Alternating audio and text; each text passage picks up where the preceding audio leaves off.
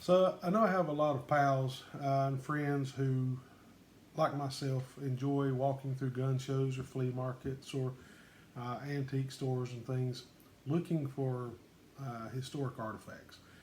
And one of my first loves was Civil War era, U.S. Civil War, U.S. Civil War firearms.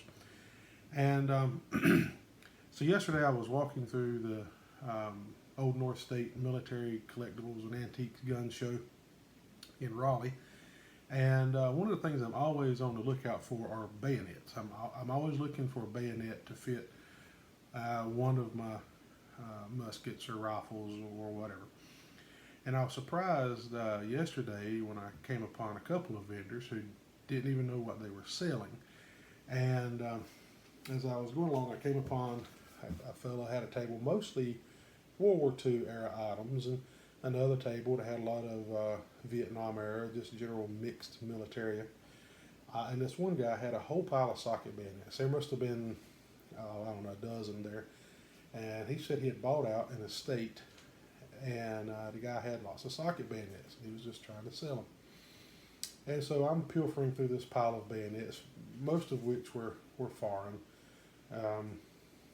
some reproductions as well. And I found this guy, and it caught my interest.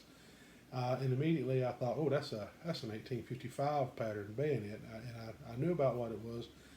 And just to be sure, I looked over it for some of the telltale signs of it being original. And I'm digging through my pocket looking for some change, and I didn't have what I was looking for. So I asked the dealer if he had a penny, and he didn't. And he said, well, I can go to my car and get one. I was like, well, to be sure, somebody's got a penny. So I asked the guy standing next to him, and he didn't have one, but I knew a vendor a row over. So I went and asked him, and sure enough, he had a penny. And then I came back, and the dealer at the table says, well, why do you need a penny? So I ended up educating a couple of vendors yesterday, at least two, on how to identify the caliber of socket bayonets. So I thought I would share some of that with you today. For those of you who have an interest in socket bayonets or Civil War era bayonets, and I would show you some of the different types of bayonets since I went through the trouble of doing this. So one of the ones I picked up yesterday, not the gun, we're not talking about the guns, we're talking about the bayonets, but this is a U.S. model of 1816, and its bayonet. Now these bayonets are really easy. They're really easy to spot. Not much else out there like them. Is they have this nice T-shaped slot in them. It's an overrun, but they're all stamped U.S. and it'll have a manufacturer's mark. He had one of these on the table for stupid cheap, so I got it. But that one is real easy to spot. No locking ring, and an overrun slot or a T slot in a socket. Not going to spend a lot of time on that one. The next one up the list, and probably a more common bayonet for the Civil War era, is for the Model 42 Springfield, and we'll talk about that more in just a minute. The one that I picked up that I just showed you, this is a model of 1855 pattern, and it was made for the 1855 Springfield or 1855 rifle. This one's a Harper's Ferry, but the bayonets are universally called the model 1855 bayonet, and they will fit the 1855, 1861, 1863, and even some of the post-war trapdoor conversions up until 1873. So this is why I wanted to get to this this video today, for help some of y'all if you're out and about. So post-war, 1873, the United States adopted a 73 trapdoor, and lo and behold, it also utilizes a socket bayonet.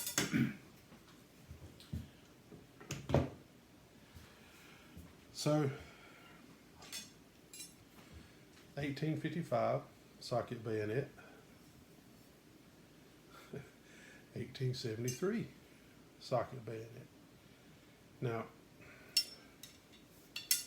for all practical purposes, lengths, weights, and everything, they're almost identical except for one feature. The 1855 socket bayonets were made to fit 58 caliber rifles. The 1873 bayonets were made to fit 45 caliber rifles. And so here's where the penny comes in, because these bayonets are laying around on this table. Now this one still has the original bluing on it, or most of it.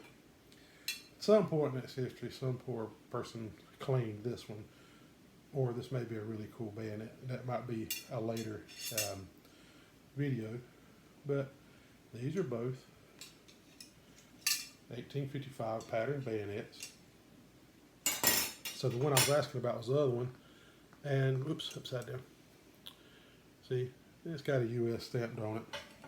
Now this 1873's got some pits, but you can see there's a US on it.